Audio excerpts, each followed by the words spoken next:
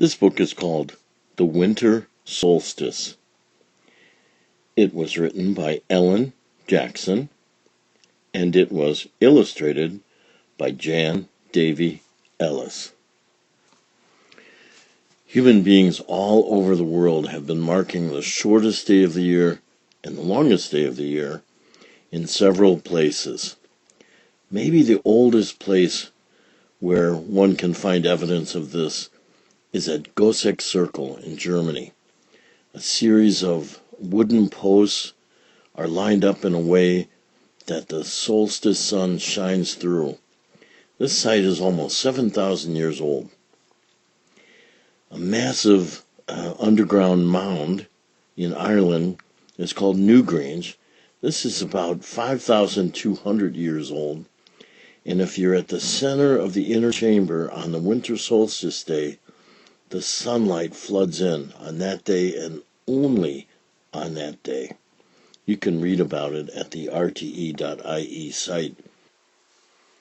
The winter solstice always occurs on December 21st or December 22nd.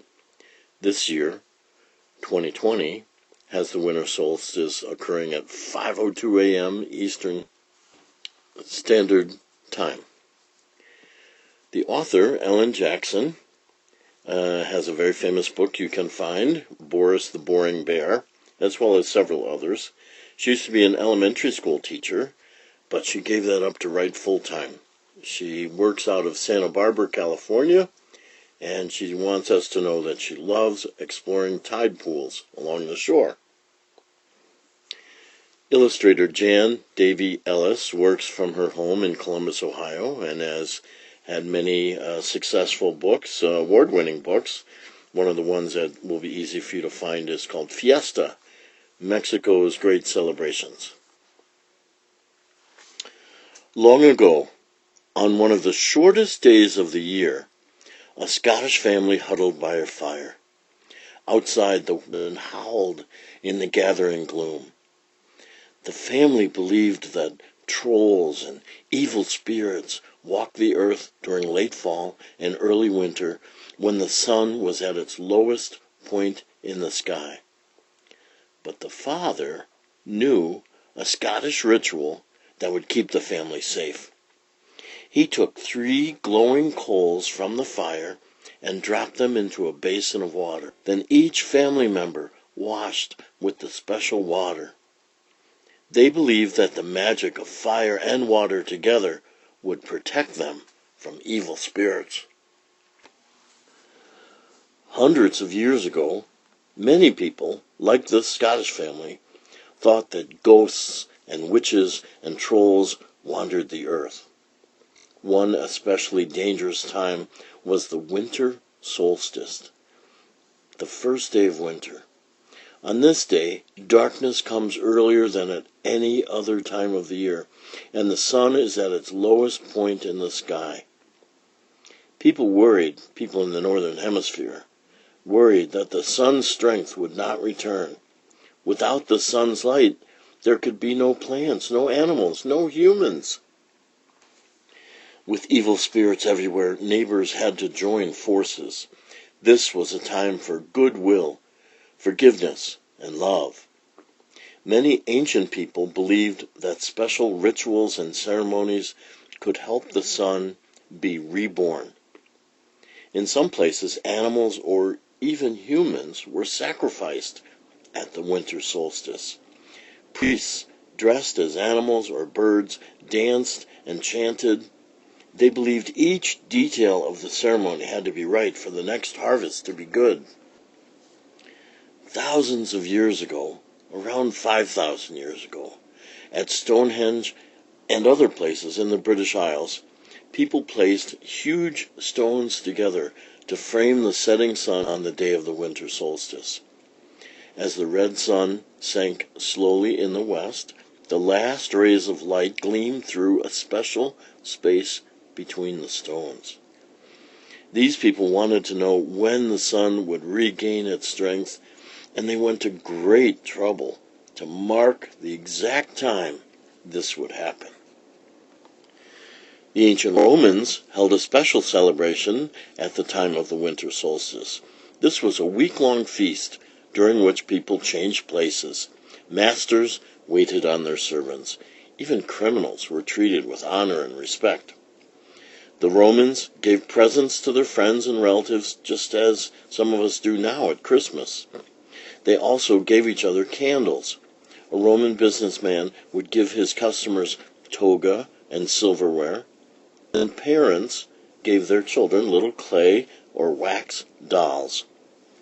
Coins and small gifts were hidden in pudding, and evergreens were brought indoors. In the far north, the sun disappeared for many days. After 35 days without light, the Scandinavians sent scouts to the mountaintops to look for the sun's return. When the first glimmer of light was spotted, the scouts returned with the good news. A great festival, the feast of Yuletide, began. During this feast, men, not the women, sat in a long hall shaped like a boat and feasted around the fire while the crackling Yule log burned. The main dish was often the head of a wild boar, which was roasted with a fruit in its mouth. Fire and light were often an important part of winter solstice ceremonies. In parts of northern Europe, people lit great bonfires to celebrate the rise of the sun. Some people tied apples to the branches of oaks and firs to remind themselves that summer would come again. They placed lighted candles in the branches of these trees. In Britain, the Celts also put mistletoe on their altars. In Peru, the Indians performed 4 sun festivals during the year. The most important of these was the Winter Solstice Festival. For 3 days, the Indians ate no food. On the 4th day, everyone gathered in the public square before dawn to await the coming of the sun. When the sun appeared, shouts of joy rang out. The chief priest drank from a cup that was then passed to others. At the temple of the sun, a llama was sacrificed. Then the rays of the sun were focused with a mirror to make a fire. This fire was carried to all the temples, where it was kept burning on the altars throughout the year. Other Native Americans in North America also had special sun festivals. The Hopi and the other Pueblo Indians of Arizona and New Mexico built sacred buildings called kivas. Slots in the edges of the outer walls of the kivas let in the rays of the rising and setting sun and moon throughout the year. The ceremonies that marked the return of the sun were carried out by Hopi priests dressed in the skins of animals. The feathers in their headdresses were meant to look like the rays of the sun. Some of these ceremonies are still performed. Even today, the Kwakiutl Indians of British Columbia change their names and take on the names of their ancestors at the beginning of winter. They believe that this will protect them from the spirits of the dead who return at this time of year.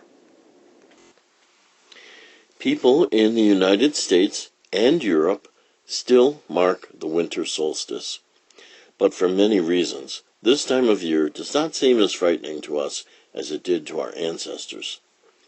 Today, when the earth is bare and brown and the cold vanilla taste of winter is in the air, no one worries about the darkness or the whistling wind.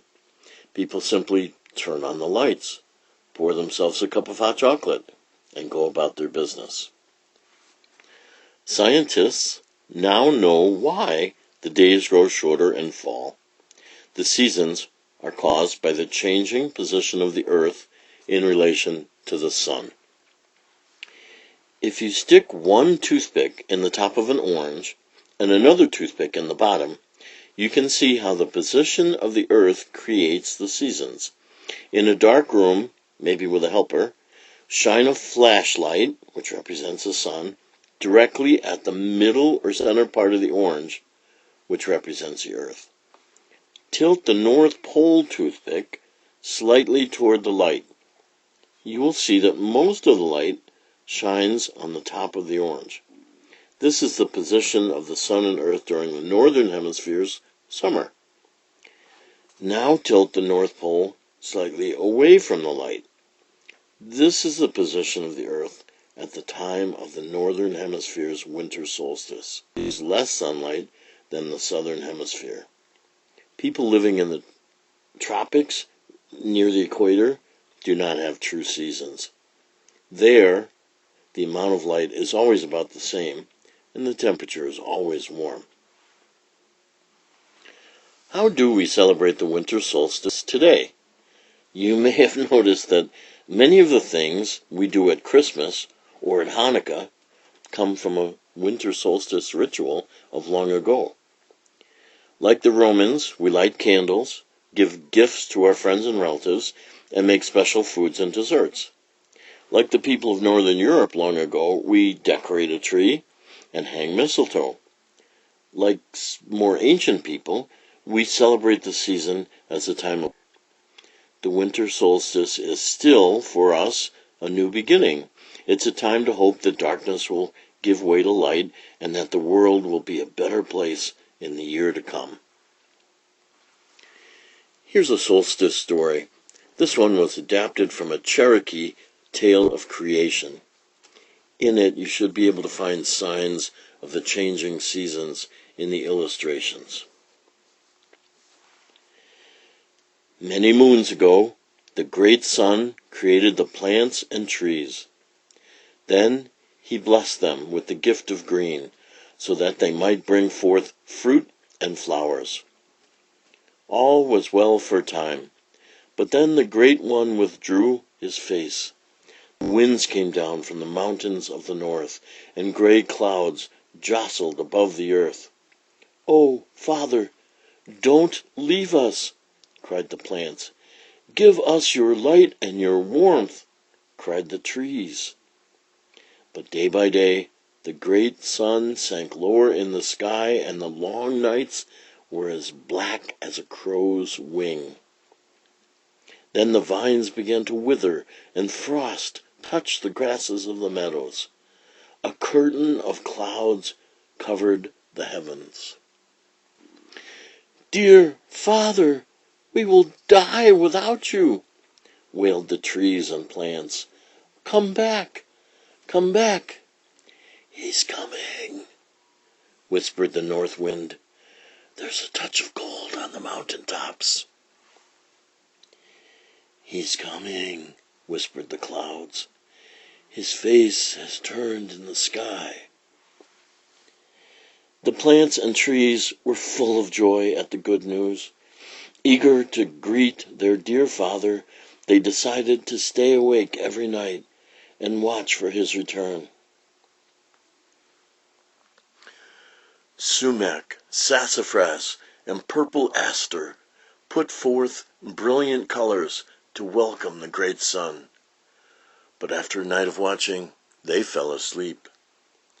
The dogwoods and alders watched for 2 nights, but soon their boughs grew heavy, and they too fell asleep. The maples and poplars whispered to each other, "We will not give in to sleep." But soon they were slumbering under the cold stars like the others. When the great sun came from his wigwam on the dawn of the 7th day, the skies were clear. He looked down on the forests and meadows below. The only plants and trees still awake to greet him were the pine, the fir, the spruce, the holly, and the laurel. "For your faithfulness, I will give you the gift of green forever," said the great sun to the plants and trees who welcomed him. "The others will drop their leaves or sleep through the winter, but you will remain awake. Your color will be a promise of my return to all who see you." And he sent a stream of light across the sleeping earth. The end. Happy winter solstice. This book has been The Winter Solstice, written by Ellen Jackson, illustrated by Davey Ellis.